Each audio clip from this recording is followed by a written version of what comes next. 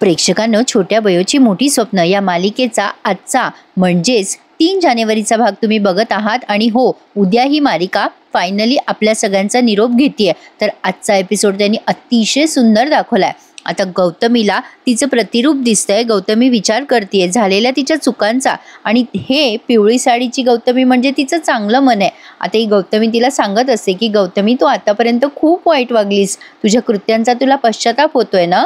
गौतमी, असं वाईट वागून काय मिळवलंस तू? त्या बयोला किती त्रास देत होतीस तू, त्या भारतीला सुद्धा तू संपवलंस, का केलंस असं? बघतेस काय माझ्याकडे? बरोबर बोलते मी। आता गौतमीचं वाईट मन आलंय। आता या गौतमीने जे जे चूक केली आहे ना, ती सगळी चूक तिचं चांगलं मन तिला सांगत असतं, पण तिचं वाईट मन म्हणत असतं की गौतमी, तू हिचं ऐकू नकोस, तिला उगाचच भरकटवू नकोस ग। ती भारती माझ्या आणि शुभंकरच्या मध्ये आली होती आणि तू काय म्हणतेस ती भारती फार चांगली होती म्हणून? गौतमीचं चांगलं मन तिच्या वाईट मनाला म्हणतं की तुला काय माहिती ग, अगं भारती खूप चांगली होती आणि तिने प्रेम मिळवलं होतं शुभंकरचं। मग आता ते वाईट मन म्हणतं कशाचं प्रेम मिळवलं होतं? तिने हिसकावलं होतं शुभंकरला माझ्यापासून। मग चांगलं मन म्हणतं गौतमीचं, अगं हिसकावलं नाही, कमवलं त्यांनी शुभंकरांचं प्रेम, जे तुला आयुष्यभर कधीही मिळालं नाही आणि तुला ते कमवता पण आलं नाही। मग आता गौतमी म्हणते काय कमवलं वगैरे नाही, बळकवलेलंच आहे त्यांनी। त्या बाईने माझी जागा घ्यायचा प्रयत्न केला, आता ही बयो घेतीये। मग आता हे चांगलं मन म्हणतं, अगं हेच चुकलं तुझं, घर कधी ताब्यात घेता येतं का?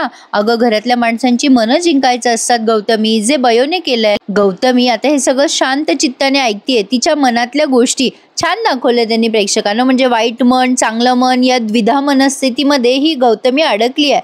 आता चांगलं मन सांगतं की बयोने आयुष्यभर तुझ्यासाठी केलंय, तू तिला आयुष्यभर छळलं, पण आज तुझी लाडकी इरा तुझ्या बयोच्या बाजूने उभी आहे। तूच बयोला साखरपुडा मोडायला सांगितलास ना इराला? मग आता हे वाईट मन म्हणतं, हो मुद्दाम सांगितलं मी, कारण माझ्या इराच्या आयुष्याची वाट लागली असती। मग आता चांगलं मन म्हणतं, मग तू सांगून काय केलंयस? तरी सुद्धा इराच्या आयुष्याची वाट लागलीस ना? अगं उलट तुझ्यामुळे इरा घर सोडून निघून गेली। माझं ऐक गौतमी, आता तुझं सगळं जे काही चुकलंय ते सगळं कबूल कर। आता थोडक्यात काय प्रेक्षकांनो, हे चांगलं मन आणि वाईट मन दोन्हीही मन गौतमीला खूप बावळं करत असतात आणि गौतमी ओरडते जोरात, शांत बसा शांत बसा। आता चांगलं मन म्हणत असतं की माझं ऐक, वाईट मन म्हणत असतं की हिचं ऐकू नको, माझं ऐक, आतापर्यंत तू माझंच ऐकलंयस। मग आता बघा प्रेक्षकांनो, खूपच सुरेख दाखवलाय त्यांनी आजचा भाग। गौतमीने तिच्या सगळ्या चुका कबूल केल्या आहेत आज। आता आरवला इकडे शुद्ध आली आणि पोलीस बघितल्यावर तो नर्सला चौकशी करतो की काय भानगड आहे। मग नर्सकडनं त्याला कळतं की हॉस्पिटलमध्ये बनावट औषधांचा स्कॅम झालाय। हे ऐकल्यावर आरवला धक्काच बसतो। आता आरव म्हणतो, बापरे हे कसं काय घडलं? मग सापडलं का कोणी? नर्स म्हणते, अजून नाही सापडलं कोणी, पण तुम्ही आराम करा, सापडलं कोणी तर कळेल, म्हणजे कोण आहे याच्या मागे वगैरे। आता आरव विचार करतो, इथे तर 3घच जण असतात औषधं प्रोव्हाइड करायला, त्यात माझी मम्मा पण आहे, काय झालं असेल? आरवला आलंय आता टेन्शन। इकडे शुभंकर, इरा हे सगळेजण जेवायला बसतात। सुमन यांना जेवायला वाढत असते आणि हा सीन सुद्धा त्यांनी अप्रतिम दाखवलाय। आता सुमन या सगळ्यांना नाश्ता करतायत ते। आता ही बयो खाली येते, मग इरा आवाज देते गौतमीला, मम्मा तू पण चल ना नाश्ता करायला। गौतमीचं रूप आता एकदम बदललंय। गौतमी एकदम सिंपल साडी घालून खाली आली आहे आणि आता ती शुभंकरांना काहीतरी म्हणते, पण शुभंकर चिडून तिथून निघून जातात, कारण शुभंकरांना गौतमीशी बोलायची मुळीच इच्छा नाहीये। आता बघा प्रेक्षकांनो, गौतमीला काय वाटतं माहित नाही, पण गौतमी आता इराला म्हणते, इरा मी तुला भरवू का ग? आता बयो बघतच राहते गौतमीकडे। आता इराला ही गौतमी तिच्या हाताने घास भरवत असते। हे दृश्य बघून इराला खूप भावूक झाल्यासारखं होतंय, कारण इराला आतापर्यंत तिच्या आईने कधीही एकही घास कधीच खाऊ घातलेला नाहीये, ना दुखण्यात ना सुखात ना दुःखात। शुभंकर तिथेच आहेत, पण ते बाजूला जाऊन बसलेत। आता गौतमीला तिच्या चुकांची जाणीव झाली। प्रेक्षकांनो, छानच दाखवलाय त्यांनी आजचा भाग, हे मी मुद्दाम तुम्हाला तीनदा सांगतेय, लाईक करायला विसरू नका। गौतमी आता इराला म्हणते, बेटा तुझी मम्मा खूप वाईट आहे ना ग, तू तुझ्या मम्मासारखी नको बनूस इरा, तू ना बेटा बयोसारखी बन। आता गौतमीचे हे वाक्य ऐकून बयोच्याच डोळ्यात पाणी आलंय। आता इरा म्हणते, मम्मा काय झालंय तुला आज, काय बोलतेस तू असं? मग गौतमी म्हणते, काही नाही ग इरा, तुला माहितीये मला नेहमी वाटायचं इरा तू तुझ्या मम्मासारखं असावं, स्ट्रॉंग, पॉवरफुल, डिसिजन मेकर, कायम न तुला माझा दरावरा वाटेल असं मला वागावंसं वाटत होतं ग, एकदम स्वातंत्र्य असल्यासारखं. पण आता असं वाटतंय मला इरा की तू माझ्यासारखी नको बनूस ग बेटा. मी खूप वाईट बाई आहे. बयो जशी संस्काराने घडली आहे ना तशी तू बन इरा. आता इरा म्हणते, असं का बोलतेस तू मम्मा? तू काय सोडून जाणार आहेस का मला? तू असं का बोलतेस निर्वाणीसारखं? आता गौतमी म्हणते, अरे बेटा इरा, तुझ्यावर ना माझी सावली पण नको पडायला. इरा, मी खूप खूप वाईट वागले ग तुमच्याशी आणि मी सगळ्यांसोबत वाईटच वागत आले आतापर्यंत. बयोला तर मी खूप त्रास दिलाय, तिच्या आईला सुद्धा, सुमनला सुद्धा, म्हणजे शुभूला सुद्धा. एवढंच नाही इरा, तर तुझा साखरपुडा मोडायला मीच सांगितलं होतं बयोला.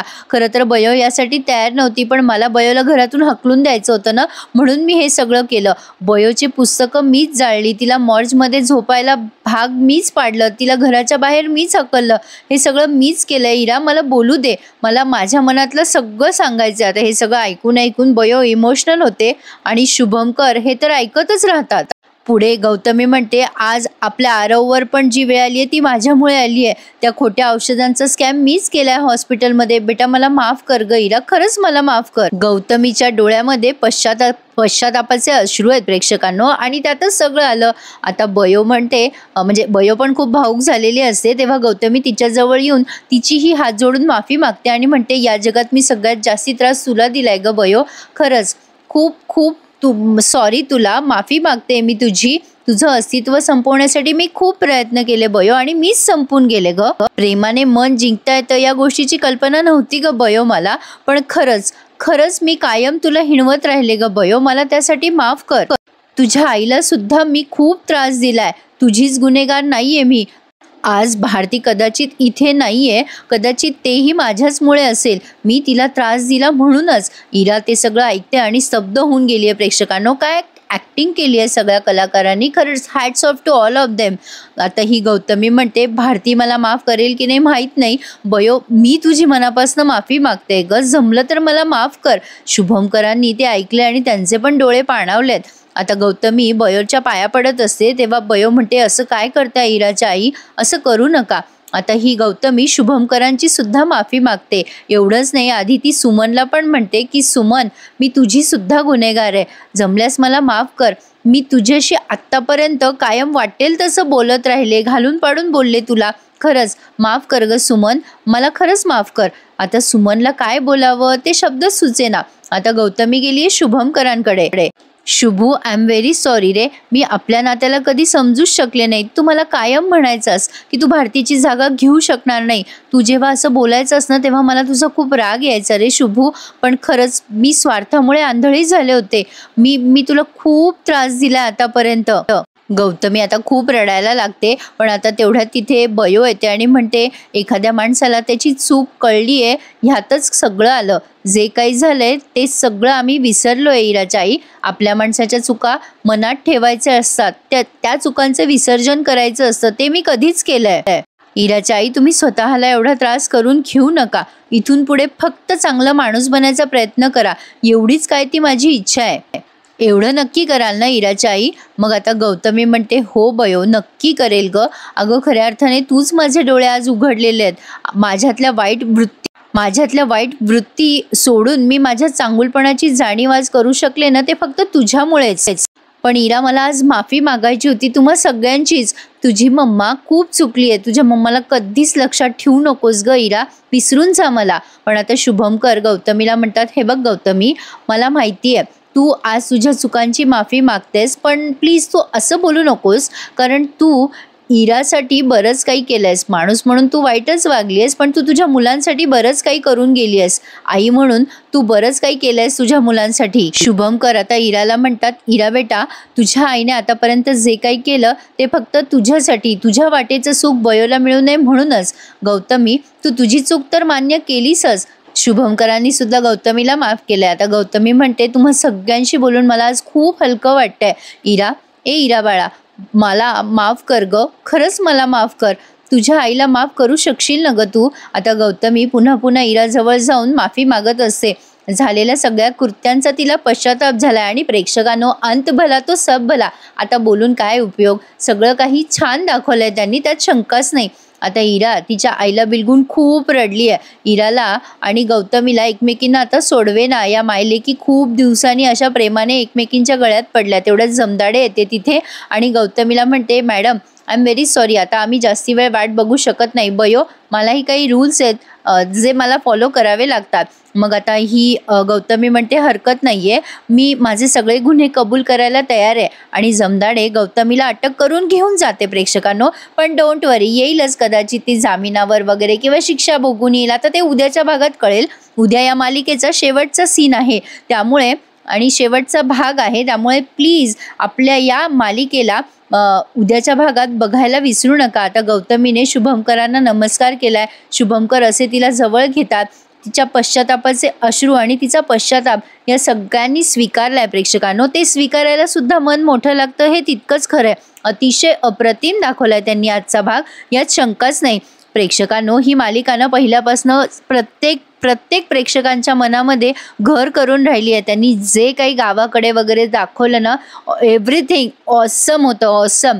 मालिकेची कथा खूप सुंदर होती. पण ठीक आहे, जसे आपल्या आयुष्यात चढ उतार असतात तसे प्रत्येकाच्याच आयुष्यात असतात.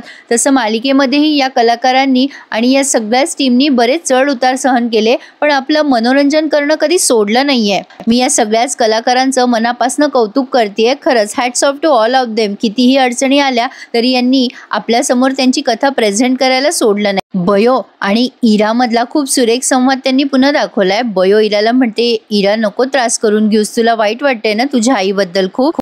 इरा म्हणते, बयो अगं तुला थँक्यू म्हणायचं होतं ग, तू खूप काही केलंयस ग आमच्यासाठी आतापर्यंत. खरं तर तुला आधीच थँक्यू म्हणायला हवं होतं आम्ही. बघ बयो, आज माझी मम्मा पण चेंज झाली आणि मी सुद्धा तुझ्यामुळे बदलली आहे. मी माझ्यामधला हा एक्स्ट्रीम बदल तुझ्यामुळे करू शकलेत ग. आता हे शुभंकर पण येतात आणि म्हणतात, हो बेटा इरा तुझं खरं आहे. आपल्या बयोने आपलं कुटुंब खरंच सावरलंय. आपली बयो होती ना म्हणून आपण आज सावरलोय सगळेजण. बयो म्हणते, बाबा मी एवढं काही केलं नाहीये, फक्त तुम्ही आणि आईने दिलेल्या संस्कारांमुळे मी माझ्यामध्ये हे इम्प्लिमेंट करू शकले आणि आपल्या कुटुंबामध्ये सुद्धा. मग शुभंकर म्हणतात, तेच तर कित्येक जणांना जमत नाही ना बेटा. प्रेमामध्ये खूप ताकद असते, प्रेमामुळे जग जिंकता येतं हे दाखवून दिलेस तू आज. प्रेमाची ही शक्ती जर प्रत्येकाने वापरली ना तर कित्येक नाती तुटण्यापासून वाचतील आणि कित्येक नाती जोडल्या जातील. प्रेम करणं आणि प्रेम करवून घेणं हा जगातला सगळ्यात मोठा आनंद आहे बयो. हाच आनंद आपण एकमेकांना वाटत राहू आणि खूप छान जगू. काय ग पोरीनो, मला ना खूप अभिमान आहे की मी तुमचा बाप आहे. तुमच्यासारख्या पोरीनं प्रत्येक बापाला मिळत. आता बयो म्हणते, आणि जगातल्या सगळ्या मुलींना तुमच्यासारखे वडील मिळत हेच आम्हाला वाटतं. आणि आता हे तिघे जण एकमेकांच्या हातात हात देतात. शुभंकर म्हणतात, इरा आता तुला नव्या उमेदीनं आणि ऊर्जेनं अभ्यास करायचा आहे बरं का. मला तुमच्या दोघींच्या नावाच्या पाट्या बघायच्या आहेत. डॉक्टर इरा शुभंकर देवचाके आणि डॉक्टर बयो शुभंकर देवचाके. काय मग मला दिसणार की नाही या नावाच्या पाट्या लवकरच? काय ग बयो? आता बयो म्हणते, हो बाबा आम्ही खूप अभ्यास करू आणि लवकरच तुम्हाला डॉक्टर होऊन दाखवू, प्रॉमिस. आता या दोघींनीही शुभंकरांना प्रॉमिस दिलंय आणि त्यांनी असे हातात हात दिलेत आणि प्रॉमिस केलं एकमेकांना. आणि प्रेक्षकांनो, मालिकेचा हा भाग आज इथेच संपलाय. आता पुढचा भाग जो आहे तो या मालिकेचा शेवटचा भाग असणार आहे, त्यामुळे तो बघायला अजिबात स्किप करू नका. कितीही उशीर झाला तरी मी बयोचा भाग शक्यतो कधीही चुकवत नाही.